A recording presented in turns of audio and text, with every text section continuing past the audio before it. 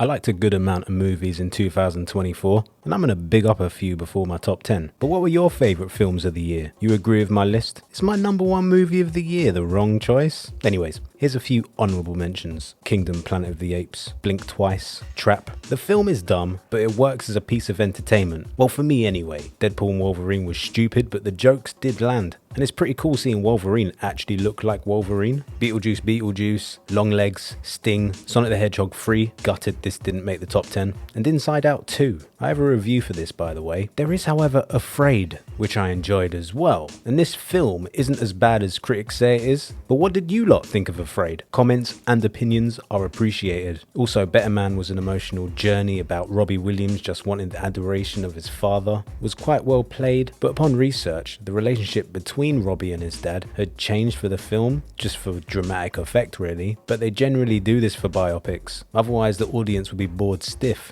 Lastly, I've got to mention two horror films that are worth watching if you like your gore, and that's Terrifier 3, which has an incredible scene involving a chainsaw-wielding Art the Clown and two people in a shower, but also In a Violent Nature, which is absolutely horrific when it comes to gratuitous violence. Anyone that's seen it, let me know what you think of the scene with the girl on the cliff. Very creative though, I must say, but that's my honourable mentions out of the way. Let's delve into the top 10. Now, number 10 is Wicked, Little Letters. Really funny film, with an incredible story that's based on real life. And Buckley impresses with Spall and Coleman creasing me up at the end. Number 9, we have Transformers 1, that surprised me with how good the story was. Even Chris Hemsworth worked as a young Optimus Prime. It's a shame it flopped at the box office, because this was the best Transformers film since the Transformers The Movie came out back in the 80s. It's taken them 40 years to get it right. Number 8, now this is serious territory we're getting into. 4 stars and over. I'll start with Alien Romulus. I might have to watch the Evil Dead remake again now, because I loved this new Alien movie. That is probably my third favourite Alien movie out of the franchise now.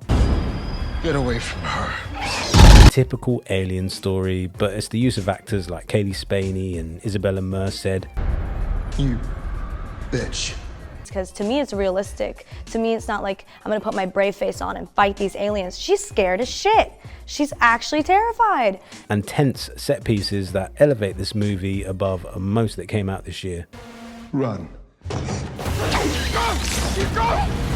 Fede Alvarez actually wrote a really good story here as well, incorporating practically everything from the Aliens anthology, even like computer games like Alien Isolation, which is definitely worth playing by the way. Now at number 7, we've got The Substance. Demi Moore and Margaret Qualley steal the show. The only thing that lets the movie down is the last 20 minutes for me. If you haven't seen the film, skip 10 seconds. Starting now. I understand the satirical side, but I think Margaret Qualley dying in front of the audience instead of a monster spraying blood everywhere would have been better. You're irreplaceable!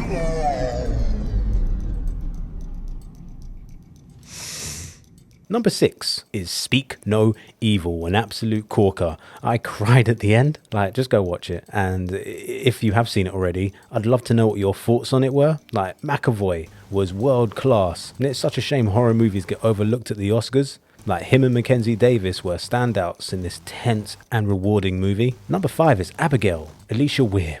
Alicia Weir. You're in my top 10 twice, you know. With this film and Wicked Little Letters, this horror comedy hits the right beats at the right time. It's a gem. Number 4, and a surprise this has stayed so high. But I really enjoyed this movie, and I really enjoyed horror this year. Guys, the film's immaculate. Another film that went under the radar. Sydney Sweeney does her Sweeney-isms to relatable effect. Best performance I've seen from her in a long time. Probably since Euphoria. Number 3, if you have not seen Furiosa, what are you doing? I have a review, but it's been copyrighted. But you can find it in my film reviews playlist to see what I really liked about it. Or loved. I did love it. And I'm going to give a big shout out to Isla Brown, who impressed me not only in Furiosa, but also in Sonic the Hedgehog 3 and Sting. Number 2 saw Dune Part 2 as number 1 until my number 1 film came out. Again, I have a review for Dune Part 2. Great film. But now, it's the top spot. The film that I never expected reaching number 1, considering the first film was a bit perfunctory,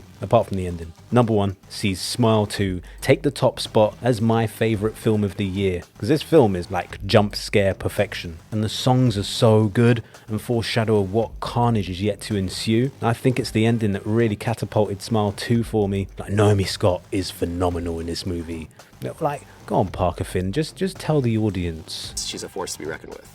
It didn't make enough money at the box office to make me happy, which means a lot of you haven't seen Smile 2, so just make the effort. An incredible movie, seriously. However, there are a few films that I wanted to watch this year, but just didn't get the time. I mean, there's a few, so we're just going to quickly go through them. The Holdovers, All of Us Strangers, American Fiction, Monster, Robot Dreams, The First Omen, Cuckoo, Bad Boys Ride or Die, Kill, Sleep, Fly Me to the Moon, Thelma, Kneecap, Sing Sing, Never Let Go, The Outrun, My Old Ass, or Ass, depending on how you want to pronounce it, Honora, Small Things Like These, Bird, Nickel Boys, Wicked, Mads. Now I'm sure there's more, but any recommendations, people, is always appreciated. So sound off in the comments below. I need more films. What did I miss this year?